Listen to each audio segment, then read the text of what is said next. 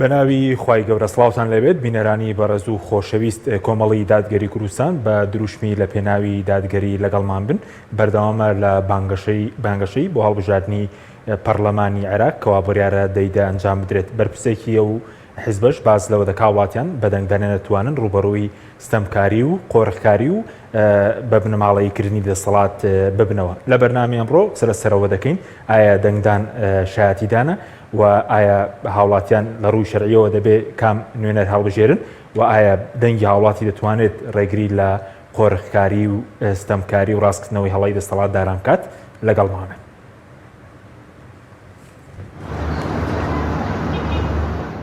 لە کۆمەڵگەی ئێمە پەتایەک هەیە بە ناوی ستەمکاری و قۆڕخکاری لە دەسەڵات دەرمان و ڕێکارێکیش بۆ ڕێگری لەو نەخۆشیە هەیە ئەویش هەڵبژاردنە هەرچەندە ئەو پرۆسەیە بێعیب و کەم و کوڕی و ساختەکاری بەڕێوە بچێت ڕێگریە لە نەخۆشی قۆڕخکاری و ستەمکاری بە ئەندازەی ناتەواویەکانی بەرهەمەکانی کەم دەبێتەوە. کۆمەڵی دادگەری دژی قۆڕخکاری و ستەمکاریە ئەندامێکی سەرکردایەتی کۆمەڵی دادگەریش پێی وایە باشترین و مەدەنیترین ڕێگا بۆ بەرگرتن لە ستەم دەنگدانە دەشڵێت دەبێت هاوڵاتیان لەو ڕێگەیەوە سنوورێک بۆ قۆڕخکاری و ستەمکاری دابنێن و دەشڵێت لە ڕووی شەرعی و واقعیەوە لەو ڕێگەیە باشترمان نییە. لە ئیسلامدا و هەموو کۆمەلگایەکی سەلیم دژی ستەمکاریە دژی قۆڕخکاریە دژی تەوریستی سیاسیە کۆمەڵێک ڕێکار لە بەردەمدان لەم قۆناغەدا باشترین و ئاسانکارترین و مەدەنیترین بریتە لە ڕێکاری دەنگدان کە لەو ڕێگەیەوە بتواندرێ سنوورێک بۆ قۆڕخکاری و سنوورێک بۆ ستەمکاری و سنوورێک بۆ نادامەزراوی لە هەرێمی کوردستان و لە بەغدا و ئەو پەیوەندیانە دابدرێ. ئەگەر بێت و ئێمە ئەم ڕێکارە نەگرینە بەر بە تەکید دەبێت بیر لەوە بکەینەوە ڕێکاری بەدیل چییە چونکە 2000 ئێمە ئامانجێکمان هەیە ڕێگریە لە ئیستیبداد ڕێگرێ لە قۆڕخکاری و هەروازارێککە ئاشناکردنەوەی دەسەڵات لەگەڵ دەسەڵاتێک کە سەرچاوەکەی میلەت و سەرچاوەکەی کۆمەلگا بێ لە غێری ئەو میکانیزمانە ئێمە شێوازی ترمان پێ نییە لە ڕووی شەرعیەوە و لە ڕووی واقعیشەوە. بێگومان زۆر گرنگە کە هاوڵاتی بەشداری لە پرۆسەی دەنگدان کە بۆ ئەوەی نوێنەرانی خۆی هەڵبژێرین لە ڕێگای ئەو نوێنەرانەی کە لە هەڵبژاردن هەڵیان دەبژێری ئەگەر بێت و نوێنەرەکانی کارابن و جەریء بن و دەستپاک بن و نوێنەری ڕاستەقینەی ئەو ئینسانەیە ئەو گەلە بن ئەو نوێنەرانە دەتوانن بەرگری لە مافی ئەو هاوڵاتیە یا ئەو گەل و نەتەوە و نیشتیمانە بکەن یعنی کە کۆمەڵێک ئەرک و ئامانج هەن کە بە تەئکید لە ڕێگای نوێنەرەکان چ لە حکوومەت لە پەرلەمان دەکرێت بەدی بێ. بەشێکی دیکە لە کەسایەتی ئاینیەکان دەڵێن بەشداریکردن لە هەڵبژاردن مانای ئەوەیە ئەو کەسە هاوڵاتی ئەو وڵاتەیە و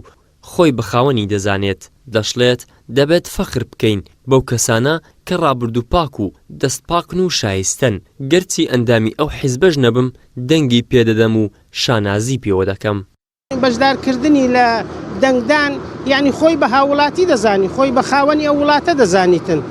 باشترە لەو کەسەی کە کەس بچیتن دەنگ بداتە کەسێک کە ئەسڵەن بە وڵاتەماندی نەبووە. ئەمە فەخر بەو جۆرە کەسانە دەکەین کە خاوەنی ئەزمونەکن لە ناو حکومت جێی دەستیان دیارە جێی زوبانیان دیارە پاچی جیرفانیان دیارە کە بچین ئەگەر کۆمەلیش نەبم بچم دەنجیان بدەمێ حالی بووی جا لەبەر هەندێ جێگای فەخر و ئەتزازە دەنگدان بە مەرجێک لە بۆ ئەو کەسانەی کە خاوەنی ئەزمونن و یاخود هەز دەکەین توانای ئەوەیان هەیە خزمەت بە وڵاتە بکەن. کۆمەڵی دادگەری کوردستان لە 5 بازنە و بە 5 پاڵێورا و بەشداری لە هەڵبژاردننی ئەنجومەنی نوێنەرانی عێراق دەکات و چاوی لەوەیە دەنگدەرانی هەرێمی کوردستان لەو 5 بازنەیەدا پاڵێوراوەکانی سەربخەن. ئیدریس محەممەد کەناڵی ئاسمانی پەیام هەولێر.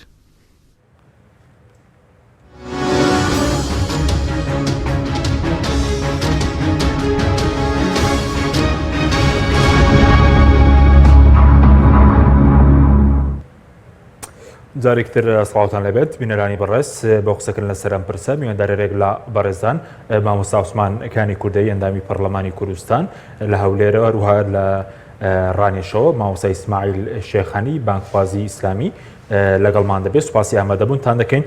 مامۆستا عوسمان ئەگەر لە بەڕێستانەوە دەست پێ بکەین سەرەتا لەوە دەست پێ بکەین ئایا دەنگدان بڵێن شایەتیدان و ئەمانەتە لە ڕوانگەی شریعەتی ئیسلامەوە؟ بەڵێ بە ناوی خۆی بەخشندەی میهرەبان سەڵات و سەلام لەسەر جانی پێغەمبەر صلی الله عليه وسلم سەرەتا دەستخۆشی لە جەنابت و هەروەها لە ستافی کەناڵی ئاسمانی پەیام دەکەم بۆ ئەم دەرفەتە خی گەورە پاداشتەنداتەوە. حقیقەتەن دەنگدان و هەڵبژاردن و ئینتیخاباتانی کەوا لە پێشن چئی عێراق بێت چئی پەرلەمانی کوردستان بێت چئی پارێزگا و دیاریکردنی کاندیدەکانی پارێزگا بن بەڵێ هەر هەمووی دەچێتە بواری ئیمارە و ئەمیرایەتی و براگەورایەتی و سەرۆکایەتی و لایەنی ئیمامەتی شەرعی. بۆیە ئەو کەسانشکەوە لایەنی عەدالەت و لایەنی مەرجی ئیمامەتیان تێدایە پێویستە هەڵبژێردرێن. کاتێک ئینتیخابات ناچێتە بواری شەرعی و هەڵبژاردن ناچێتە بواری حەڵاڵ و حەرام ئەگەر بێت و ئەو دەسەڵاتە باس لە دین و ئاین و ڕێکارەکانی خەڵک نەکا. بەڵام کاتێکەوە دەچینە سەر باس و خواسی مزگەوتە یان قورئانە یان حەدیسە یان شەرعە هەمووی حکومەت قسەی لەسەر دەکات کەواتە تۆ ئەو ڕۆکەکە دەنگ دەدەی بە کەسێک کە بەیانی لەوانەیە پەروەردەی ئاینی لە قوتابخانەکانت بۆ سابت کە یان لەوانەیە کەسێکی ئەلمانی بێ لای ببە یان لەوانەیە سیستەمی ڕیبات بۆ بکاتە یاسا لە حکوومەتەکەت یان لەوانەیە بە فەرمی بڵنگۆی مزگەوتەکان هەموو دابخە بۆیە دەبێتە شاهدی و گەواهی دەدان بۆیە ئەو شاهدیش لە ڕۆژی دوایی ئینسانەکان لی بەرپرسیار دەبن ئەوانەی کەوا خوای رب العالمین باز دەکا الأخلاء يومئذ بعضهم لبعض عدو إلا المتقين دقا و دق لەگەڵ ئەو جۆرە کەسەیەتی ئەوەی کەوا ئەوڕۆ کەسێکی نوێژنەکەر کەسێکی دوو لە ڕووتان با بڵێن سەرخۆش و ئارەخۆر یان کەسێکەوە دژی قورئان و سنەتەکەی تۆ بێ دژی مزگەوت و مەلا و مینبەرەکەت بێ هەڵی بژێری وەڵاهی لەگەڵ وی حەشر دەکرێ و ئەو کەسەی کەوا تەئییدی حافظ القورئانێک و مامۆستایەکی با بۆ نمونە بڵێن کەسێکەوە مڕەشەح بێ کەوا دەست بە دەست نوێژە کەسێکەکەوە لەبری ئەوە بڵێ ئەنە رەبکم الأعلا هەموو کەڕەت چەندزار لە نوێ دێ سوبحانە ڕەبی الأعلا. ئەمن ئێرە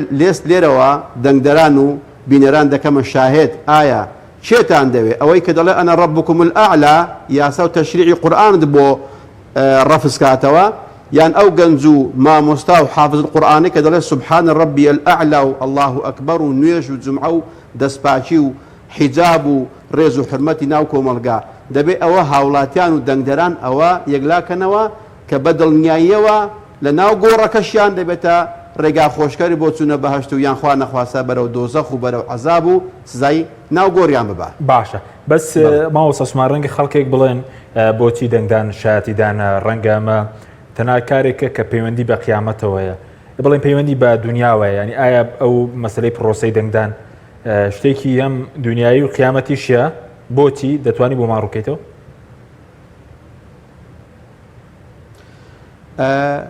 ئاماژەیەکم پێ کرد بەڵام لەوانەیە زۆر تەرکیز دەماوە ساحب الحەجم سەیر کە کاتێک ئەو دەسەڵاتی کە من ئەوڕۆ هەڵی دەبژێرم بەیانی لە پەرلەمانەکەیەوە یان لە حکوومەتەکەیەوە لە هەر شوێنەکە بێ ئەوانەی کەەوە هاتە پێش دەستی ئێمە لە ناو پەرلەمان کە دەزانین ئەوە حەڵاڵە و ئەوە حرامە و ڕەفزمان کردوتەوە و یان پشتیوانیکردنی ئەو حکوومەتێکەوە سوکاتی و کاریکاتی لەسەر پێغەمبەری خواکە صلی الله عليه وسلم ئایا ئەی نوێش خوێنەکان ئەی موسڵمانەکان ئەی ئەهلی ئەی کوردستان بەگشت پێتان دەڵێم ئایا تۆ ڕازی کەسێک نوێنەری تۆ بێ کە گاڵتە بکە بە پێغەمبەرەکە صلی الله عليه وسلم و سەرۆکی پەرلەمانەکەت و سەرۆکی حکوومەتەکەت بڵێ ئێمە پشتیوانی لە فەڕەنسا دەکەین تۆ پێی ڕازی ببێتە حکومڕانیت واللهی ئەو قسەی بۆیە دەکەم بۆی کەوە ئەلا هەل بەلەغت اللهم فەشهد خوایەجان ئەوەی کەوا لەسەر شانە بوو ڕامگەیان نوێش خوێن و ڕۆژ و گر و سەر بە پۆشاک و حیجاب و عەبا و دەست بە دەست نوێژەکان ئاگادار بن دەنگ بدەن بەو ئەلمانیانە سوێند بە گەورەی ڕەب العالەمین ئێوە لەگەڵ ئەوان حەشر دەکرێن کاتێکەوە دەڵێن پشتیوانی لە کاریکاتێر و سوکاتی بە ناموس و شەرەفی پێغەمبەر صلی الله عليه وسلم دەکرێت تۆ دەبیە ئەو کاریکاتێر کارێکەوە سوکاتەکەی کردووە لەبەر ئەوەی تۆ دەنگت پێدا تۆ هەڵت بژار تۆ دادنا لەسەر کورسی دەسەڵات بۆیکەوە یاسات بۆ دابنێ منی مەلای ئاینی و کەسێکەوە دەست بە دەست نوێژ دەدات نەناوە بۆیە تۆ دەچێتە بواری شاهێدی و ئەگەر بەڵێ. کەسێکی دیندار هەڵبژێری ئەجر و پاداش و شەریکی خێرەکانی ئەگەرا دەبێتە تاوان و شەریکی تاوانەکان. بەڵێ سوپاس دەکەم مامۆستا مامۆستا ئیسماعیل سوپاس بۆ بەشداری بەڕێزیشتان دەمەوێت سەرنجی بەڕێزیشت بزانم سەبارەت بۆی کە دەنگدان و بەشداریکردن لە ڕوانگەی شەریعەتی ئیسلامەوە ئایا ئەرکێکی ئاینی یاخود تەنیا مافێکە کە دەبێت ممارەسە بکرێت؟ بەڵێ بسم الله الحمد لله والصلاة والسلام على رسول الله زۆر سپاس بۆ ئەم دەرفەتەی بەڕێستان کە ڕەخساندوتانە قسە لەسەر باسێکی گەرم و گۆڕی هەنووکەی ڕۆژ بکەین. سەرەتا بەر لەوەی بینێستە هەڵبژاردن پێویستەوە بزانین ئێمە وەکو موسڵمان خوای پەروەردگار جەل جەلالوه کاتێک کەوا باسی پەروەردگارێتی و پەرستراوێتی خۆی ئەکا لە دوو شتدا کورتی هەڵدێنێ ئەفەرمێ ئەلا لەه الخەلق والئەمر ئاگادار بن بەندەکانم خالقی ڕاستەقینە تەنها ئەڵڵایە. فەرجع البەسەر هەل تەڕا من فوتوور تەماشای گەردون بکەن بزانن داخۆ هیچ کەم و کوڕی و لەکەیەک لە دروستکراوەکانماندا دەبینەوە. ثم ارجع البصر كرتين ينقلب إليك البصر خاسئا وهو حسير لأنجامي پشکنینی گەردوندا بۆمان دەردەکەوێت کە بەڕاستی ئێمەی چاوەکانمان ماندوو بوون بەڵام هیچ لە کەوکەم و کوڕێکمان لە دروستکراوەکانی خوا نەبینیەوە. اینجا وەلئەمر دووهەم شت کە خوای پەروەردگار پەرستراوێتی و پەروەردگارێتی خۆی دەکاتە شاهد لەسەر ئەوەی کە تەنها خۆی شایستەیە بپەرسترێ و پەیامەکەی ئەو شایستەیە شوێنی بکەوین و پەیامەکەی ئەو شایستەیە بکرێ بە ئاسمانێک و بکرێ بە سایە و سەروەرێک و لە سایدا ژیان بکەین ئەگەرنا بەدیلی ئەو هەموو یاساکانی تر یاسای دارستانن بریتە لەوە کە دەفەرمی ئەلیەومە ئەکمەلت لەکم دینەکم و ئەتمەمت عەلەیکم نیعمەتی وەڕەضیت لەکم الئیسلامە دینە. دەفەرمێ من دینم بۆ کامڵ کردوون واتە ئیسلام دینێکە هیچ نەقس و کەم و کوڕێکی تێدا نییە ورد و درشتی ژیانمانی تێدایە. هەتا سەلمانی فارسی ئەڵێ جوولەکەیەک پێیوتم وتی قەد عەلەمەکم نەبییکم حەتى الخیراءەتە وتی ئێوە پێغەمبەرەکەتان صلی الله علیه وسلم هەموو شتێکتانی فێر کردووە تەنانەت چۆنیەتی چوونە سەر ئاویش. قال ئەجەل وتم بەڵێ پێغەمبەری خوا هەموو شتی فێر کردوین عەلەیهی سەڵات وسەلام. کەواتە خوای گەورە هەم لە خەڵقا هەم لە ئەمردا لەو پەڕیتیار و تەواوەتیدایە وتەممەت کەلیمەت ڕەبیکە صیدقا وعەدلا کەلام و کتاب و پەیامی پەروەردگار لەو پەڕیتیار و تەواویدایە مادەم ئێمە وەکو موسڵمان ئیمانمان وایە کە پەیامێکمان هەیە ئەم پەیامە مزگەوت و بازار بەیەکەوە دەبەستێتەوە ڕاعی و خەڵک و دەسەڵات بەیەکەوە دەبەستێتەوە سیاسەت و ئیقتیساد بەیەکەوە دەبەستێتەوە دەعوە و بانگەواز و هەروە جیهاد و تێکۆشان و بەرگری عیلاقات و پەیوەندی ئابووری و ژیار و شارستانیەت و سەرکارکردنی کۆمەڵگا هەمووی لە ئیسلامدا وەکو چۆن پەیوەندی لەگەڵ خوای پەروەردگاردا عیبادەتە بە هەمان شێوە خەم خواردن لە کۆی کایەکانی ژیانیش عیبادەتە. لێرەوە دەگەینە ئەوە کە ئێمە پێویستە چەند شتێک بزانین. یەکەم حکمی بەشداریکردن لە هەڵبژاردنی کەسێکدا کە ببێتە بڕیار بەدەستت. کێ دەکەی بە نوێنەری خۆت تۆ وەکو ئەهلی مزگەوت وەکو ئەهلی شایەتمان دەڵێ ئەشهەدو ئەن لا ئیلاهە ئیلا الله و ئەشهەدو ئەنە محەممەدە ڕەسوول الله. کێ ئایا حکمی ئەم هەڵبژاردنە چییە؟ گومانمان لەوە نییە لە وڵاتانی پێشکەوتوو مۆدێرنە و نوێخوازی دەستا و دەستکردنی دەسەڵات تاکە میکانیزمێکی مەدەنی کە لە بەردەم دەنگدەران و خەڵکدا هەیە کە بتوانێت ممارەسەی حەق و مافێکی ئازادانەی خۆی بکە بۆی تعبیر لە دەنجی خۆی بکە لە ئەنجومەنی نوێنەرەکان بریتە لە میکانیزمی هەڵبژاردن. ئەم هەڵبژاردنە شتێکی شەرعی و ڕەوایە هەم بە دەقی قورئان هەم بە دەقی سونەت هەم بە فەتاوای عولەماش. بەڵام ئێمە هەر بە کورتی دەڵێین شێخ مناع قەطان رحمتي خوای لێ بێ کتابێکی هەیە بە ناوی معوقات تطبيق الشريعة الإسلامية لێدا فتواکی بن باز دێنێ دەڵێ إذا كان المقصود من ذلك تأييد الحق وعدم الموافقة على الباطل لما في ذلك من نصر الحق والانضمام إلى الدعاة إلى الله كما أنه لا حرج كذلك في استخراج البطاقة التي يستعان بها على انتخاب الدعاة الصالحين وتأييد الحق وأهله. الشيخ صالح شيخ ابن باس رحمتي خوای لێ بێ دەفەرمێت هەر کاتێک چوونە ناو پەرلەمان یاخود دەنگدان بە کەسێک بۆ ئەوەی تۆ کاندیدی کەی بۆی دەربچێت لە پەرلەمان و دەنگ و سەدای سیمای خەڵکێکی موسڵمان بگەێنێ بۆ ئەم پەرلەمانە مادام ئینەمە الئەعمال بالنیات کردەوەکان بە پێی نیەتن نیەتت لەم کارەدا بریتی بێ لە پشتگیریکردنی حەق و لە سەرخستنی حەق و لە دژاتیکردنی باتڵ زوڵم ستەم قۆرەخکاری و وێناکردنێکی ناشیرنی خەڵک کە وێنای کردووە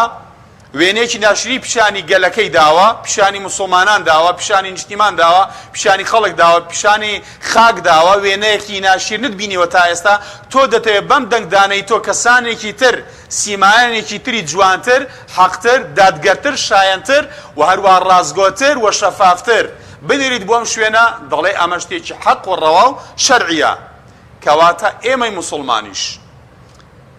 وەکو ئەهلی مزگەوت وەکو ئەهلی نوێش وەکو ئەهلی شایەتمان کە پێغەمبەری خوا عەلەیهی سەڵات وسەلام فەرمی ئەلا ئونەبئوکم بئەکبەری الکەبائر ئایا ئاگادارتان نەکەم بە گەورەترینی تاوانەکان وتیان بەڵێ پێغەمبەری خوا عەلەیهی سەڵات وسەلام فەرمی یەکێک لەوانە شەهادەت الزوور ئەلا وشەهادەت الزوور ئەلا وشەهادەت الزوور ئاگادار بن نەکەن دەنگ بدەن شاتمان ئەو پەنجەی کە شاتمانی پێدێنی ئەم دەنگە پێچەوانەی ئاڕاستەکردنی قیبلە پێچەوانەی شاتمانەکەت کەسێک هەڵبژێری کە دژی شاتمانەکەتە کە دژی ئەو حەقەیە کە لە پێناویدا پەنجەت بۆ شاتمان بەرز دەکەیتەوە چونکە ئەگەر وامان کرد ئێمە کەسێکی ترمان شادی بۆدا کە شایەن نییە لەبەر چی لەبەر دنیا یاخود لەبەر ڕازیکردنی دڵی خەڵک ئەوە بادشاه گوێ بگرین لەم هەڕەشەی پێغەمبەر صلى الله عليه وسلم كذا فرمى ثلاثة لا يكلمهم الله يوم القيامة ولا ينظر إليهم ولا يزكيهم ولهم عذاب أليم سيكسا لروجي دواي خواي قورا نسيريان دكا نقصان لقل دكا نپاشيان دكاتا ولا قناه بس ازاي بأيشي دوزخيش سزان ددا يشيك لوانا شيء پیغمبري خواه فرمي عليه الصلاة والسلام ورجل بايع إماما لا يبايعه إلا لدنيا فإن أعطاه منها وفى وإن لم يعطه منها لم يفي يشيك لمسي كسا أو كسايا دنك دادات بإمامك بكانديدك با کەسێک کەوا بەربژێرە بۆ هەڵبژاردن لەبەر ئەوە دەنگی نادەیت کە شایستەیە کەسێکی پرۆفیشناڵ نییە کەسێکی بەلیاقە نییە خاوەنی حەفیظ عەلیم نییە نەپارێزەرە بۆ پەیمانی کە بە خەڵک دەیدا نەپارێزەرە بۆ ئەو خاکە نەپارێزەرە بۆ ئەو سامانی ئەم وڵاتە نەپارێزەرە بۆ ئەم خەڵکە نەپارێزەرە بۆ ئەو ناسنامە موسڵمانیەتی کەوا خۆت ئەهلی ئەم شاتمانەی لەبەر دنیا دەنجی دەیتێ لەبەر حیزبەکەت دەنجی دەدەیتێ لەبەر موچەکەت دەنجی دەدەیتێ لەبەرەوەی کەم دەماچەیەکیان بۆت کڕیوە لەبەرەوەی کە بەڵێنی تەعیناتێکیان پێداوە لەبەر ئەوە دەنجی دەدەیتێ پێغەمبەری خوا دەفەرمی عەلەیهی سەڵات وسەلام لە ڕۆژی قیامەتە خوای گەورە نەسەیری دەکا نەقسەی لەگەڵ دەکا نە لەو گوناهە گەورەیە پاشی دەکاتەوە و بە دۆزەخیش دەیسووتێنێت اینجا پێغەمبەر صلی الله علیه وسلم دەفەرمێ من ئەعانە ظالما بباطل هەر کەسێک ببێتە پشت ئەستورکردنی ستەمکارێک بە دەنجێکت بە ناحەق لیودحیض بباطیله حەقا بۆ ئەوەی بەو دەنگە ناڕاستەی خۆت کە بە ناحەق و بە پارە و دنیا داوتە بە کەسێک کە شایەن نییە بۆ ئەوەی دەنجی حەقی پێک بکە فقد برئ من ذمة الله عز وجل وذمة الرسول ئەوە خوا و پێغەمبەری خوا لەم کەسە بەرین صلى الله عليه وسلم بەڵێ سوپاس دەکەم مامۆستا کەواتە بابەتەکە زۆر گرنگە ئێمە ئاگامان لێی بێت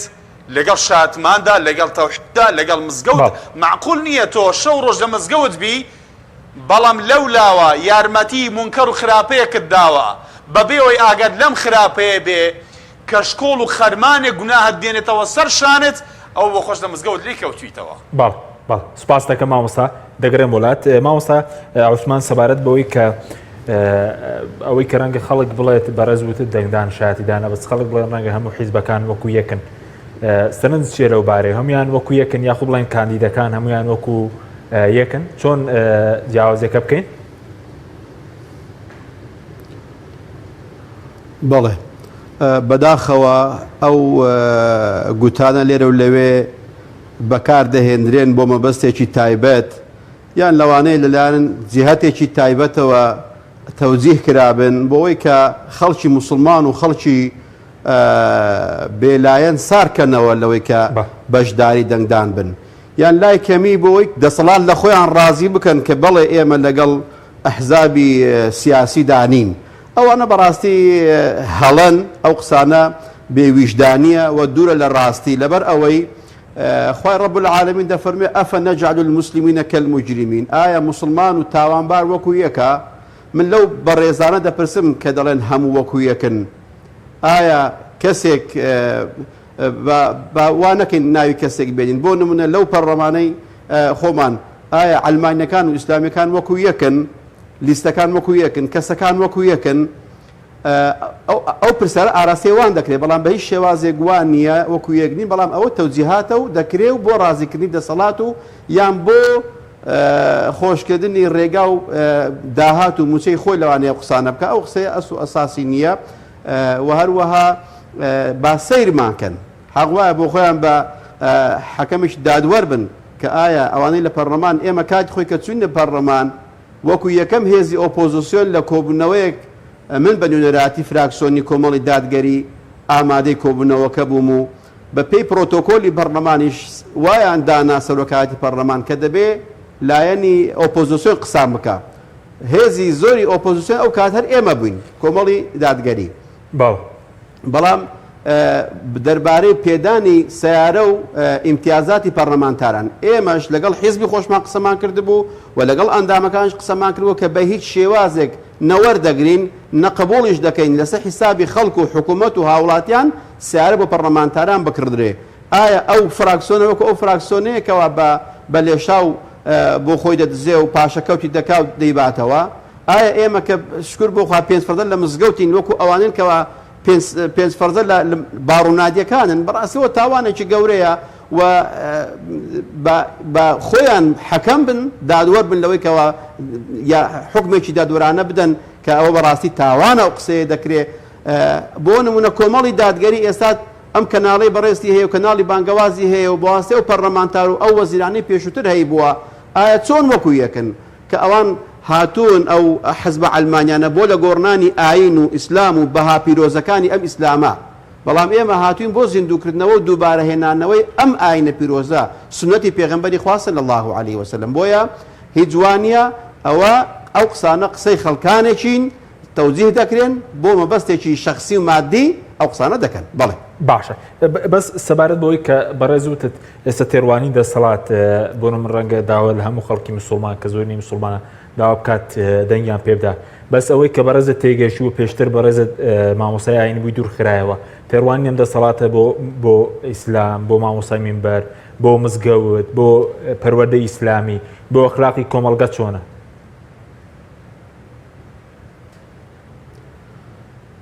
زۆر بەداخەوە کە من لێرانە ئەو قسەیە دەکەم با نەبێتە هینێک کە تەنها دیفاع لە خۆم بکەم و یان لە فراکسیۆنەکەم یان لە لایەنەکەی خۆم خۆزگە هاوڵاتیانی سەر شەقام ئەو وڵامەیان بدایەوە بە درێژایی ئەو هەموو ساڵێکەوە هاتوون مامۆستایانی ئاینی ئێمە بۆ خۆمان یەک بووین لەو قوربانیانێکەوە قوربانی دەستی حیزبی ئەلمانی بووین مامۆستا شەهید کراوە مامۆستا ڕێشی سوتاوە مزگەوت و قودسێتی مزگەوت بە پۆستاڵ و بە پێی پیس بەسەری کەوتون مزگەوتیان داخستون ئاگادارن هەموو پێویست ناکە قورئان پارچە پارچە کراوە ئیدی وانەی ئاینی خراوەتە بەر باس و لێکۆڵینەوە بۆ هەڵسانگاندنی خەڵک ئایا ڕازی دەبن یان نەبۆی کە وانەی ئاین هەڵبژیرێ ببێتە مێژووی ئاینەکان پەروەردەی ئیسلامی نەمێنێ بۆ ئەوە بەڕاستی ئەو زوڵم مستەمێکەوە دەسەڵات دیکە ئەگەر لێ بپرسی لەوانەیە مسلمانە کوڕە مەلایە کوڕە حاجە کوڕە شێخە بەڵام لەبەر ئەوەی حیزبەکەی تەوجیه دەکا بڵێ دەچێ دژایەتی ئیسلام و قورئان و سنەتی پێغەمبەرت بۆ دەکا صلی الله عليه وسلم و بەدەنگی چێ بەدەنگی خەڵکی نوێژخوێنی مزگەوت کە لەگە ئەو ئەلمانیە و لەگەڵوی دەنگی پێداوە بەڵێ سوپاس دەکەم مامۆستا مامۆستا ئیسماعیل بەرەم و لای بەڕێزت سەبارەت بەوەی کە نەچوون بۆ دەنگدان یاخود هەندێک خەڵک بڵێ گەر دەنگدان حرامە نەچن بۆ دەنگدانەوە خزمەت بە کێ دەکایە خزمەت بە دەستەڵات و بڵین گەندەڵی و قۆرخکاری ناکات بەڵێ وەڵا بەڕاستی پێم سەیرە کەسێک خۆی بە موسڵمان بزانێت خۆی بە فاکتەرێکی کارا و ئیجابی و جوانی ژیان بزانێت وەکو موسڵمان خۆی بەبێ مۆقیف و بێ هەڵوێست لە واقعێکدا کە ئەم خاوەنی دینێکی ئەم دینە لە هیچ واقع و لە هیچ دۆخێکدا بی هەڵوێست نییە. اینجا بەڕاستی ئەو کاتە ئێمە نیشانەی پرسیار دێنینە سەر خۆمان کە خەڵکێک پێمان دەڵێ ئەمانە بە کەڵکی ژیار و شارستانیت و مەدەنیەت و بەڕێوەبردننی وڵات نایەن. معقول نییە تۆ کاکە ئەگەر هەر هیچ نەبێ بۆ سەلماندنی ڕاستیەتی واقعی بوونی خۆدۆک و موسڵمان و هەروەها بۆ پوچاندنەوەی بانگەشە ڕووگەش و ناوبۆشەکانی خەڵکی ئەلمانی و بێدینیش کە دەڵێن ئەگەر ئێوە وڵاتان پێ بەڕێوە دەچێت و دەتوانن من ملانێ و سیڕاعێکی مەدەنیانە بکەن کاکەوە شەقام و ئەوە هەڵبژاردن و ئەوە پەرلەمان و ئەوە کورسی و دەسەڵات دەی تۆ گەر بەوە ڕازینی بەڕاستی دەبێ بەدیلێک تەبێ بەدیلەکە دیان ئەوە دەبێ بچێ شاخ یان بچی ئەشکەوت یان ئەوە تا بەڕاستی دینەکەی تۆ ئەلعیاذ بیلە کەوانیە دینێکی وەکو بڵێ دەستە پاچەیە دینێکی دەستەوستان و کڵۆڵە بەرامبەر بە واقعێک پەچی کەوتووە کەواتە ئەو کاتە ئێمە بەنامۆ دەینە بەرچاوی خەڵک ئێمە موسڵمانین پێغەمبەری خوا عەلەیهی سەڵات وسەلام خۆی لە دوندی داخراوی کۆمەلگاکاندا مەدەنیەتێک دروستەکە دەوڵەتێک دروستەکە موشیکی تێدا جێ دەبێتەوە منافقی تێدا جێگای دەبێتەوە و هەروەها جوولەکە و گاور و سەرجەم ئەدیانەکان لە ژێر سایی دەوڵەتێکدا کە مەدەنیەتەکەی پێغەمبەری خوا دەیخوازی و ئیسلام دروستیەکە تەنانەت تەعایش و بەیەکەوە ژێر کە ئێستا ئەوروپا بۆتە خاوەنی چەتری کۆکردنەوەی سەرجەم پێکاتەوە ئەدیانەکانی دنیا ئەمە بۆ خۆی لە ئیسلام وەرگیراوە باوە نێن مزادە بەسەرێمەدا بکەم بۆیە موسڵمان هەر کاتێک گوتی من بەشداری بانگەشەی هەڵبژاردن ناکەم بەڕاستی با نەڵێ من بەشداری پەرلەمانێک ناکەم کە پێی وایە ئەمە کوفرە بگرە بەبێ ئەوەی بەخۆی بزانێ دەست و بازووی ستەمی ئەستور کردووە لە ماڵەوەش ئۆباڵ و گوناه و تاوانەکانی سەرجەم ئەوانەی دێتە سەر شام چونکە پێغەمبەری خوا عەلەیهی سەڵات وسەلام دەفەرمێت من رأى منكم منكرا فليغيره بيده هەر کەسێک لێوە خراپەیەکی بینی باشە چێ لێمە خراپەی نەبینیوە لە خلالی ئەم چەند ساڵی ڕابردووی حکمکردنی ئەم وڵاتەدا کوا چێ دەزانێ ئێمە ساڵانە داهاتمان چەندە کوا خەون و خولیای گەنجەکانمان کوا تەعیناتی تەخەڕوج و دەرچوەکانمان کوا هەلی کاری گەنجانی بێکارمان کوا هیوای گەنجانی کە بە هیوای هاوسەرگیرین کوا کەسانێکی بێخانە و لانە هیوای خانوکردنیان لەکوێیە کوا کەسانێکی قەرزار هیوای قەرزدانەوەیان لەکوێ ئەم حکوومەتەدایە کوا ئێمە سوزانی علاقات و پەیوەندیەکانی کوردستانمان وەکو هەرێم سوزانی داخۆ چۆنە لەسەر چه ئەساسیەکە و هەروەها داهاتمان خەرجیمان و ئیتیفاقی و ڕێکەوتنەکانمان سەفقە سیاسیەکانمان سەفقە ئیقتصادیەکانمان هیچیمان ئاگای نییە وەرە تۆ لە سەدەی 21دا بژیە گەنجەکانی کە هەمووی نەوەی ئەم سۆشیال میدیا و ئەم ئینتەرنێت و عەولەمە و جیهانگیریە نەزانێت لە وڵاتەکەی خۆیدا چی دەگوزارێ جاوارە بی بەرامبەر بەو موکەڕەش بێ هەڵوێز بینەتی بۆ دەنگدانی جا خەڵکی سارد بکەیتەوە ئێمە ڕۆژانە خەڵک پەیوەندیمان پێوە دەکەم مامۆستا ئەرە دروستە بەشداری بکەین ئەی باشە دەسەڵات ئەتۆ ناڵێ من دژاتی فکری تونڕەوی دەکەم دێ وەڵای ئەو کەسێک کە ئەوەی کە بەشداری دەنگدان ناکات ئەوە چاک بزانە فکرێکی مەدەنی نییە ئەو فکرێکی ڕیسپەڕی هەیە ئەمە فکرێکی غەریب و نامۆی هەیە کە لە هامش و لە حەواشی ژیان و حیاتی وڵاتەکەی خۆیدا دەژیات کەی پێغەمبەری خوا بوو عەلەیهی سەڵات وسەلام دەنجێک کاتبا تا خەڵک دەڕۆی پێغەمبەر دەگەڕایەوە عەلەیهی سەڵات وسەلام پێغەمبەر لێک و ئێمە لەکوێ شوێکەوتنی پێغەمبەر ئەوەی کە لی دانیشی ئەی سیمای باشترین ئومەت بوونی ئێمەی موسڵمان كنتم خير أمة أخرجت للناس تأمرون بالمعروف وتنهون عن المنكر وتؤمنون بالله پێغەمبەری خوای تەعالا دەفەرمێ ئێوەی ئومەتی پێغەمبەری خوا صلی الله علیه وسلم بۆیە بوون بە باشترین ئومەت و هەڵبژاردەی ئومەتان لەبەر ئەوەی کە فەرمان دەکەن بە چاکە ئەی خۆ فەرمانکردن بە چاکە ئەمڕۆ تفەنگ نییە ئەمڕۆ دەنگە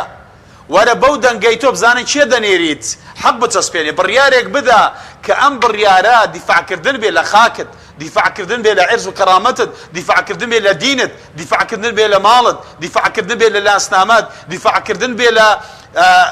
پەروەردەی نەوەی ئەو گەنجەی کەوا ئێستا پێدەگا لەم سەردەمە و لەم قەڕن و لەم جیلە نوێیەدا بەڕاستی زۆر جێگای ئەسەفە گەنجێک لەم سەردەمەدا بژێت بڕۆی بە گۆڕانکاری نەبێت ئینجا گلەیش بکات لەم دەسەڵاتە ئێتۆ خوای پەروەردگار خۆی نایە ڕاستەوخۆ دەسەڵاتێکی گەندەڵ خراپەکار زوڵمکەر بۆت لا ببات و جەنابیشت دڕیباتێکی بۆ بەسی و بێسەر حازری خوای پەروەردگار کە ئێمەی ناردووتە سەرزەوی ئەمەم خوای تعالی خۆی دەفەرمێ بۆیە نردومانە سەرزەوی ولولا دفع الله الناس بعضهم ببعض لفسدت الأرض ئەگەر ئەهلی حق لەگەڵ باڵدا بە مەدەنی تێ نەکۆشێ ئەگەر ئەهلی دادگەری لەگەڵ ئەهلی ئیسلام بە مەدەنیانە سیڕاع و ململانێ نەکەن و شەڕە دەنگ نەکەن لە بری شەڕە تفەنگ ئەوە بەڕاستی دنیا دەگەنێت. جاوەرە تۆی موسڵمانیش زۆر جار بە ڕیشێک و بە سیواچێک و بە پانتۆڵێکەوە ئەوها ببیتە تەماشاکار و هەروەها سیرکەری ئەم شانۆی کە لە بەرچاوت دەگوزێت. خەڵکێک زوڵم دەکا، خەڵکێک بۆ دادگەری شین دەکا، تۆ بێ هەردووکیان وەکو یەک سیرکەی. خەڵکێک دیفاع لە تۆ دەکا و خەڵکێکیش مافی تۆ دەخوا، تۆ بڵێ وەڵا هەردووکیان وەکو یەکن. لا یەستەویانی مەثەلا، ئەم دوانە وەکو یەک نین، ئەمە ستەمە. خوای تعالی کاتێک کە باسی ئەهلی کتاب دەکا دەفەرمێ لەیسوا سەواء، ئەهلی کتابیش هەمویان وەکو یەک نین. ئیوایە ئەگەر بێت و یەک دیناری لادانی خیانەت لێ دەکا، ئیواش ئەگەر بێت و یەک قاسە و دنیا پارەی لە بەردەستدانی یەک درهەمێکت لێ ناخوا. ئینسانی موسڵمان دەبێ ئەهلی ئینساف بێ، ئینسانی موسڵمان دەبێ خاوەنی بڕیاری تەغیر و گۆڕانکاری بێ، گۆڕانکاریی ئیجابی و جوان و مەدەنی و شارستانی. ئێمە ناڵێن وەرە تفەنگ هەڵگرە، ئێمە ناڵێن وەرە خەڵک بکوژە، ئێمە ناڵێن وەرە خەڵک تەکفیرکە، بەڵام دڵێن وەرە ئەگەر ڕاستەکەی تینوع ئەو داڵی ڕاستەقینەی دادگەری دەوەرەوە خەڵکانە کاتونە مەیدان، ئەوەت مەیدان و ئەوەت دەنگ و ئەوەت هەڵوێست و مەوقیف. باشە مامۆستا بەس سەبارەت بەوەی کە دەنگدان بە کاندیدی نەشیا و لە ڕووی شەرەیەوە پێی گوناهبار دەبی یاخودەوە تەنها مەسەلەیەکی دنیاییە کەسێک هەڵبژێری کە دەستپاک نەبێت، ینی ئەمانەت پارێز نەبێت، دوایی خیانەت لە دەنگەکەت بکات. کاک حەکیم گیان خەڵک ئێستا وا خەڵکیان چاواشە کردووە کە وەکو بڵێ ئەم ئیسلامە تەنها بۆ بینی خۆت و مزگەوت و ڕەمەزان و پێشمێژە فەرزەکە و زەکات و ئەمانەیە و تەواو ئیدی لە دنیادا وەکو دەڵێ مالی لە دع مالی لله ومالی قەیسەرە لقەیسەر. ئیسلام وان نییە، ئەوە دینی شێوێنرا و محەڕەفی یەهود و نەسارا و جوولەکەیە. دەنەوەرە مامۆستا عەبدولکەریم و مودەریس کە ڕۆژێک سیاسەتی نەکردووە بڕۆ تەماشای شەریعەتی ئیسلامەکەی کە بزانە داخۆ شەریعەتی ئیسلام بە چی پێکاتوە. بەشێکی کەمی بریتیە لە تەهارەت و لە سەڵات و لە زەکات و لە حەج و لە عومرە و لە ئەمانە. ئەوەکانی تر هەمووی بوارەکانی ژیانە. مادەم بوارەکانی ژیان هەمووی لەگەڵ عیباداتدا لە کتابێکدا بێ کە پێی دەوترێ فیقه و شەریعەتی ئیسلامی، کەواتە هەمووی عیبادەتە. عیبادەت دەنگدانە، عیبادەت هاوڕێتیە، عیبادەت سیاسەتە، عیبادەت اقتصادە. وأحل الله البيع وحرم الربا. خوای تعالی کرد و فرۆشتنی حەڵال کردو و ڕیباشی حرام کردووە. بە هەمان شێوە لە دەنگدانیشدا دەنگدانیش دەبێت تۆ بە پێوەری قورئان و سونەتی دەنگ بدەی بەچێت وەکو موسڵمان. ئەگە دەتەوێت چونکە پێغەمبەر صلی الله علیه و سلم لە حەدیثێکی صحیحدا دەفەرمێ هەر کەسێک دەنگ بدا بە کەسێک کە ئەهلیەتی ئەم شوێنەی نییە ئەوە خیانەتی لە خوا و پێغەمبەر و ئیمانداران کردووە. یا أيها الذين آمنوا لا تخونوا الله والرسول وتخونوا أماناتكم. ئەی ئیمانداران خیانەت لە خوا لە پێغەمبەر لە ئیمانداران بۆی خیانەت لە ئەمانەتان نەکرێ، بە خیانەت دەنگ مەدا. اینجا واللهی ئینسان ئەگەر بێت و وەکو پێغەمبەر فەرمی عەلەیهی سەڵات وسەلام ئیستەفتی قەلبەک، فتوا لە دڵی خۆت وەرگرە. واللهی هەر کەسێک فتوا لەو دڵی خۆی وەربگرێ بۆ کاتی دەنگدان واللهی دەزانێت ڕاست چێە و چەوت چێە، ڕەش چێە و سپی چێە، حەق چێە و ناحەق چێە، دادگەری چێە و ستەم چێە. بەڵێ سوپاس دەکەم. بەڵێ بینەرانی بەڕێز ناوبڕێکی کورت و دوای ناوبڕەکە دەگەڕێنەوە وڵاتان لەگەڵمان بمێنن. تۆپ ئارت تاکە بریکاری تۆڕی میدیایی کۆمەڵ بۆ بەرهەمهێنان و بڵاوکردنەوەی ڕێکلام. یەکێک لە خواردنەکانی سفرەی کوردی برنجی ڕووبهەنارە. خواردنێکی زۆر بەچێژ و بەتامە، چەندی لێ بخۆی لێی تێر ناخۆی. برنجی ڕۆبەنار زۆر خۆشە، خۆشترە بێت ئەگەر برنجەکەی برنجی مەحموود بێ. برنجی مەحموود. کام شیر باشترینە بۆ کۆرپەکەم؟ شیری دایک باشترین و پارێزراوترین سەرچاوی خۆراکیە بۆ کۆرپەکەت. بەڵام لە هەندێک باردا دایکان ناتوانن شیری خۆیان بدەن بە منداڵەکانیان. بۆیە من پێشنیاری شیری کۆنفیلاک دەکەم وەکو تاکە جێگرەوەی شیری دایکان کە لەلایەن فۆنتێراوە بەرهەم دەهێنرێت کە شارەزایی زیاتر لە 50 ساڵیان هەیە لەو بوارەدا. ئایا کۆنفیلاک گونجاوە بۆ گەشەی کۆرپەکەم؟ بە دڵنیاییەوە کۆنفیلاک سەرجەم سەرچاوە گرنگەکانی خۆراکی تایە بۆ گەشەی سروشتی منداڵ و بەهێزبوونی ماسوولکە و چاو و ئێسک و گەشەکردنێکی ئاسایی مێشک. ئەتوانی نمونەیەکی تاقی بکەینەوە؟ بێگومان ئێوە دەتوانن نمونەی شیری کۆنفیلاک تاقی بکەنەوە و ئەنجامە سەرسوڕهێنەرەکانی ببینن. شیری کۆنفیلاک تاکە شیری جێگرەوە دوای شیری دایکان دەوڵەمەندە بە ئۆمیگا 3 ئاسن کۆلین و ڤیتامین و کانزاکان و سەرجەم سەرچاوە خۆراکی گرنگەکانی گەشەی کۆرپەلا. کۆنفیلاک یەکەم شیر دوای شیری دایک. کارگەی ئاوی سلێمانی تازەترین بەرهەمی خستە بازاڕەوە. کارگەی ئاوی سلێمانی بەهۆی کوالیتیە بەرزەکەی و ئاوە سازگەرەکەی یەکەمین کارگەیە لە عێراقدا کە بەرهەمەکانی لە ئەوروپا و ئیمارات بەردەستن. بۆنی کەمترین بڕی سۆدیۆم و نەبوونی نیترات لە ئاوی بەڕادی سلێمانی وای کردووە ببێتە خاوەنی حەوت بڕوانەمی جیهانی و نێودەوڵەتی. ئاوی بەڕادی سلێمانی دڵنیایی زیاتر، تەندروستی باشتر. کارگەی ئاوی سلێمانی. تۆپ ئارت تاکە بریکاری تۆڕی میدیایی کۆمەڵ بۆ بەرهەمهێنان و بڵاوکردنەوەی ڕێکلام.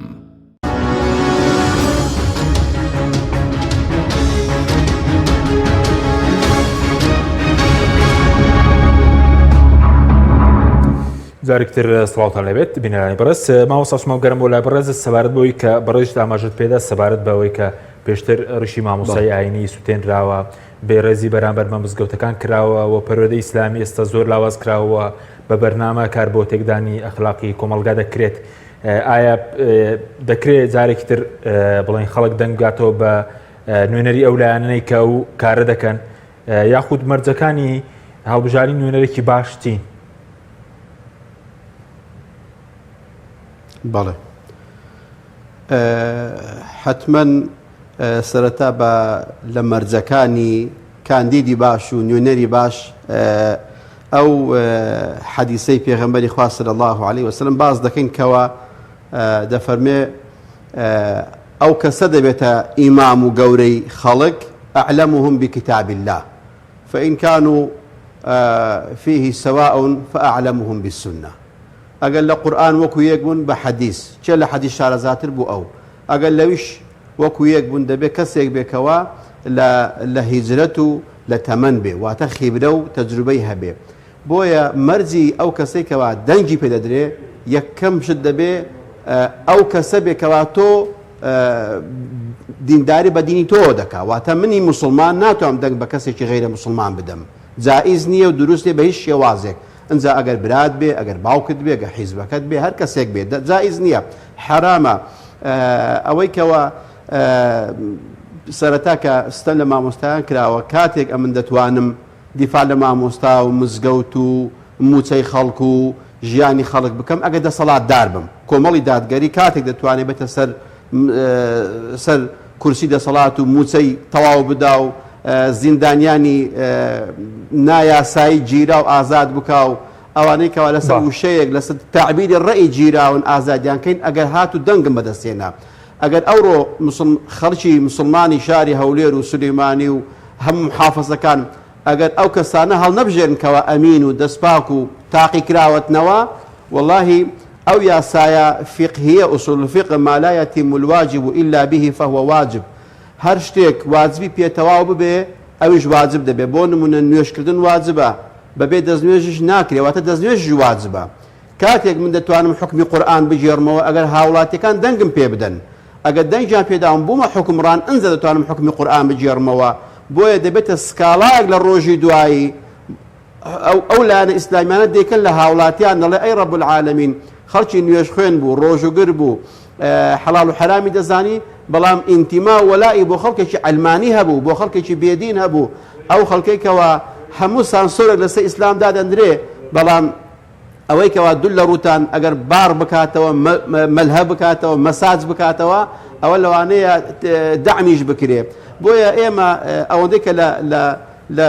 حکوومەت بووین کۆمەڵی دادگەری کە لە حکوومەت بوو باوەڕم پێ بکە نەوەک ئیشی خۆمان کردووە ئیشی خەڵکیشمان کردووە. ئەگەر سیر بکەین لە وتاری پێرێش باسم کرد بەڕێز عەبدوستار مەجید کە ئەو کات وەزیری کشتوکاڵ بوو لە حکوومەتی هەرێم لەو وەزارەتە دوای ئەوەی کەوا بڕیار درا یەک لە زانایەکان دوور بخرێتەوە کە بۆ خۆم بووم ئەو کاتی لە خوتبە کە عەبدوستار پەیوەندی کرد کە نابێت دوور بخرێتەوە لەبەر ئەوەی شتێکی نایاسایی نەکردووە. پێم پێداگیری کرد بە ڕێزیان لەوەی کەوا من بمێنمەوە بۆیش نەیانتوانی لام بن لەبەر ئەوەی کەسێکی دیندار و حافظ القورئانی لێبوو والله ئەگەر بێت و فەرقی حافظ القورئانێک و مامۆستایەک و ئیمامێک نەکرێ لەگەڵ دوول ڕوتان لەگە کەسێکی عارەخۆر و نوێژنەکەر و خوانەناس والله نیشانەی ئەوەیە ئەو خەڵکە دەبێت چاوەڕوانی عەزابی خوا بکە خوا پەنامان بدا یا ڕەبی بۆیە بەڵێ دەبێت خەڵکی ئیماندار و موسڵمان خەڵکێک هەڵبژێرێ لای کەمی دینەکە لەگە دینی ئەو بێ نەوەک تۆ موسڵمان بی و دەنگ بە خەڵکێکی غەیرە موسڵمان بدەیت ئێمە کێشەمان لەگە کوفر نییە ماوەسا عەبدولحەکیم کێشەمان لەگە شێوازی حکمڕانی هەیە بۆیە ئەو یاسایی کە دەفەرمێ الحکم يدوم مع الكفر ولا يدوم مع الظلم حکمڕانی و شێوازی حکمڕانی لەگەڵ بێباوەڕیش بەڕێگەدا دەڕوا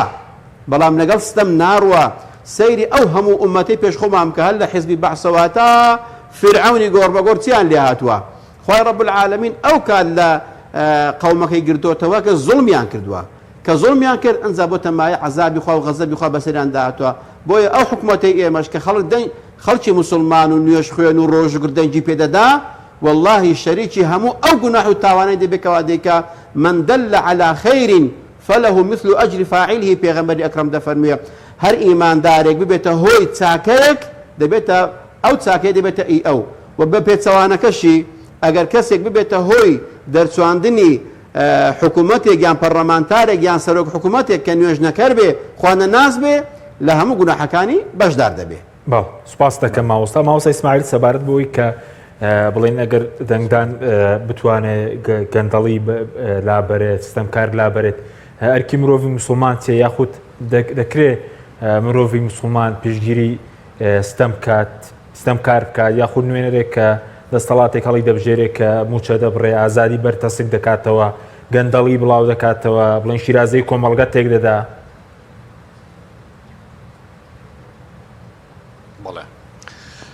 طبعا خۆی پەروەردگار کاتێک کە ئامانج لە ناردنی پەیام و پەیامبەران باز دەکات دەفەرمێ لەقەد ئەرسەلنا ڕوسولنا بالبەیینات وأنزلنا معهم الكتاب والميزان ليقوم الناس بالقسط وأنزلنا الحديد فيه بأس شديد إلى آخر هذه الآية خوای تعالی دەفەرمێ بێگومانیمە پێغەمبەرانمان سەلامی خوان لەسەر بێ بە پەیامەوە ناردۆتە خوارەوە ليقوم الناس بالقسط بۆ ئەوەی کەوا خەڵک بەدادگەری لەناو خۆیاندا ژیان بکەن خەڵکێک لە ژیانێکی خەوناندا نەبێ و خەڵکێکیش لە ژیانی پڕژانی خەمدا بێ بەڵکو خۆی پەروردگار دەیەوێت بە جۆرێک لە جۆرەکان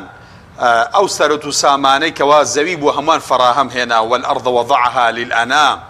ئەو ماڵ و سامانی کە ناردوتە خوارەوە ئەم دەسەڵاتی کە ناردوتە خوارەوە ئەم دەسەڵاتە بۆ ئەوە نییە کە ئینسان شانازی بکە بەسەر خەڵکدا ئەمە لە ئیسلامدا بەرپرسیارەتی بریتیە لە خزمەتکاری خەڵک بەڵام وەرە لە دنیای وڵاتانی ڕۆژهەڵاتدا ئەوەی کە دەستی لە دەسەڵات گیر بوو تازە نەبینینی نە پەیام پێگەیاندنی نە حەقی ڕەوای خەڵک جاری وا هەیە چەندین گەنج دەکوژرێ ئێستا بەرپرسی باڵا نازانێت ئەم هەموو گەنجە خوێنی شۆستە و جادەکانی سوور کردووە ئەو ئێستا بۆ نازانێت کە ئەم هەموو گەنجە چنا ڕزایی و بێزاریەکی هەیە ئەم هەموو خەڵکە لە دەریا ئیجە داخنکە ئەم هەموو خەڵکە ئەم هەموو خێزانە ئێستا خۆی حاضر کردووە بە تایبەت پشتدەری بیتوێن لە محافەزە و پارێزگای سلێمانی پشکی شێری بەرکەوتووە جا تو خوا زوڵم نییە کەسێک کەوا دژی ئەو زوڵمەیە و دژی ئەوەیە کەوا خەڵک نیشتیمانی دایکی لێ ببێتە هێلانەی ژان و هەروەها کەژاوەی ژان بەجێی بێڵێ بڕە بە وڵاتانی بێگانە کە کەس نایناسێ بەس چیە لەوێ سەربەستیەکی هەیە لەوێ پارەی هەیە لەوێ هەر هیچ دەبێت زوڵمی لێ ناکرێ ناسەوسێندرێت ئەو ستەمە نابینێ خەڵکێک دژی ئەم زوڵمە بێ لەگەڵ خەڵکێکەوە لە خزمەتی چەقترکردن و خەسترکردنەوەی ئەم قوڕەدا بێ چۆن ئەم دوانەوە کویەکە بۆیە موسڵمان نابێ بە هیچ شێوێک بەرامبەر بەم چەشنە کەسانە یەک موقف بێ یەک هەڵوێز بێ وارووە بە یەکسانی سەیریان بکە بەڕاستی ئەمە زوڵمە بۆیە بەشێک لە چەسپاندنی دادپەروەری گرتنی دەستی زاڵمانە ئەمە حەقێکی کاکێ مناڵی زاڵم کافرە بەڵام پێغەمبەر دەفەرمێ عەلەیهی سڵات وسەلام ئونسوڕ ئەخاکە ظالیمەن ئەو مەظلومە دەفەرمێت دەستی براکەت بگرە ئەگەر زاڵمە و ئەگەر مەظلومە دەی ئەمڕۆ ئەگەر ئەوانەی کاندیدن ئەگە خزمەت بە بەرێکی ستەمکار دەکا کاکە دەستی مەگرە دەستی خۆت بگرە دەستی بەهێزمەکە ئێمە ئەگەر جورئەتی وەشت نییە دەستیەوە بگری دەستی خۆت بگرە و هەروەها وەرە پشتی حەق بگرە خەڵکانێک کەوا دەیانەوێت خەونەکانی نەوەکانی تۆ بەدی بێنێ یخۆ هەر تۆ لە حەیات دانی کاکە ئەمە وەکۆڵی سیاغەکردن و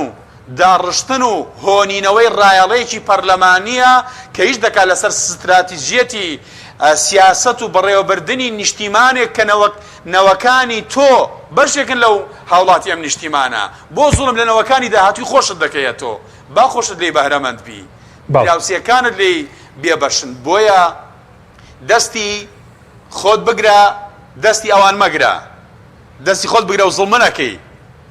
ئەو کاتە خوای پەروەردگار جەل لە جەلالوهو نەچی ئێستا زۆر کەس هەیە بە دەستی خۆی ئەم سیستەمە پرستەمەی ڕەخساندووە زوڵمی گلەیش دەخوای گەورە دەکات گلەی لە خوا دەکات کاکە تۆ خەڵک دنیای نەهێشتووی دینیشی نەهێشتووی بە دەستی خۆشت گلەی لە خواش دەکەی دەوەرە ئەگەر ڕاستەکەی خوای پەروەردگار جەل لە جەلالوهو ئەتۆی بە خەلیفە تۆی بە جێنشین خەڵقیدە تۆ گەورەی حیفە دەنجی ئازادانەی تۆ کە جێنشینی خوای گەورەی لەسەر زەوی بێ بە دەماچەیەک بیفرۆشی بێ بە تەعیناتێک بیفرۆشی بێ بە سەردانی مەسئولێک بیفرۆشی فەرقی تۆ مەسئولێک چییە؟ ئێمە هەمومان مرۆڤین خۆ هیچمان لە ئاسماندا نەبەزیوین هەمومان لە ئادەمیش لە گڵا باشە ئەم قادر مەبوونە بۆ ئەم کۆیلاتیە بۆ ئەم عەبداتیە بۆ هەر عەبدی خوا نەبین ئێمە متى استعبدتم الناس وقد ولدتهم أمهاتهم أحرارا هەر کاتێک سەید و گەورانێک پەیدا بوون کە خەڵکیان بە کۆی لێ دەکرد بزانە ئەم خەڵکانە خۆیانن گەورە هەڵدەبژێردن و خۆیان بە کۆی لێ دەکەن وەکو عەبدولکەریم سروشەڵێ جیاوازی کۆیلەکانی ئەمڕۆ لەگەڵ کۆیلەکانی دوێنێ یەکشتا دوێنێ گەورەکان کۆیلەکان هەڵدەبژار بەڵام ئەمڕۆ کۆیلەکان گەورەکان هەڵدەبژێرن بەڵێ سوپاس دەکەم مامۆستا زۆر بە کورتی مامۆستا ئیسماعیل نیو خولەگەر پەیامێکت ماوێ بۆ خەڵک سوپاس دەکەم وەڵا لە کۆتاییدا دەڵێم ئەگەر ئێمە هەمومان خوازیاری ژیانێکی شایستەی ئینسانین و هەروەها خەڵک پۆلێن دەتەوێت خەڵک پۆلێن نەبێ بۆ هاوڵاتی دەرەجەیەک و دەرەجە سێ هەمومان ئازادانە خاوەن دەنجین بابین بە یەکەوە ئەوانەی کەوا لە خزمەتی کۆمەڵگەی کوردیدان لە خزمەتی دۆزی کوردان لە خزمەتی مافەکانی گەنجان و ئافرەتان و ڕۆشنبیران و سەرجەم پێکات و توێژەکانی کۆمەڵگەدان بەبێ لە بەرچاوگرتنی ئایدۆلۆژیا کێ خزمەت دەکا کێ خزمەتی دین دەکا ژین دەکا لە سەدا ناوتواشتی ئەم کۆمەڵگەیش کە موسڵمانە وەرە دەنگ بە ئەوانە بدەکە لەگەڵ عەقیدەکەت لەگەڵ مزگەوتەکەت لەگەڵ ڕازگۆیەکەت لەگەڵ خوات لەگەڵ پێغەمبەر لەگەڵ پەیامەکەت دێتەوە دەنگ بە ئەوانە بدە ئەگەر واد نەکرد سبەینی هەر ئەنجامێکت دابەت هەر ئەنجامێکت دووریەوە ئەو کاتە غەیری خۆت لۆمەی کەس نەکەی چونکە بەڕاستی ئینسان نیسک بچێنێ نۆک درێنە ناکا نۆک بچێنێ گەنم درێنە ناکات بەڵێ سوپاس دەکەم مامۆستا عوسمان بە کورتی جەنابیش کەمتر لە خولەکێک گەر شتێکت مابێ سوپاس دەکەم بەڵێ وەڵام من لێرانە ڕوو دەکەمە هاوڵاتیان و دەنگدەرانی کوردستان بە تایبەت دەڵێم ئەگەر بێت و ئەو وەزیرانەی کۆمەڵی دادگەری وەزیرەکانمان مدیر عامەکانمان پەرلەمانتارەکانمان چ لە بەغدا چ لە هەرێم ئەگەر ئێستا لە ناو خەڵک نەماون و کە دوای ئەوەی تەواو بوون تەبان مەلەفێکی گەندەڵی دزی قۆرەخکاری ستەمکاریان لەسەر بووە وڵایی دەنگ بە کۆمەڵی ئیسلامی دێک و نەحبار دەبی بەڵام لەبەر ئەوەی کەوا ڕابردووی هەمویان پاک بووە شکر بۆ خوا تا ئێستا نە پەرلەمانتارێکمان نە وەزیرێکمان نە مدیر عامێکمان لە هیچ دۆسیێکی گەندەڵی نەگلاوە بۆیە داوا دەکەم هاوڵاتیان دەنگی پێ بدەن بۆی کەوا بتوانین کە دادگەری بچەسپێن و هەروەها ئەو ئەرکەی سەرشانمان کە دەنگدانە جێبەجێی بکەین نەچوون بۆ دەنگدان واللهی دەبێتە ڕازیبوون بەو حکومڕانیەی ئێستای کە ئەم دوو حیزبە دەیکەن بەڵێ سوپاستان دەکەم زۆر سوپاس بۆ بەڕێزان مامۆستا عوسمانەکانی کوردەی کە لە هەولێرەوە لەگەڵ مامبووی هەروە مامۆستا ئیسماعیل شێخانی کە لە ناحیەی حاجەوەی سەر بە قەزای ڕانیە لەگەڵ مامبووی سوپاس بۆ بینەرانی مەرە سوپاس بۆ هاوکارانم خواتان لەگەڵ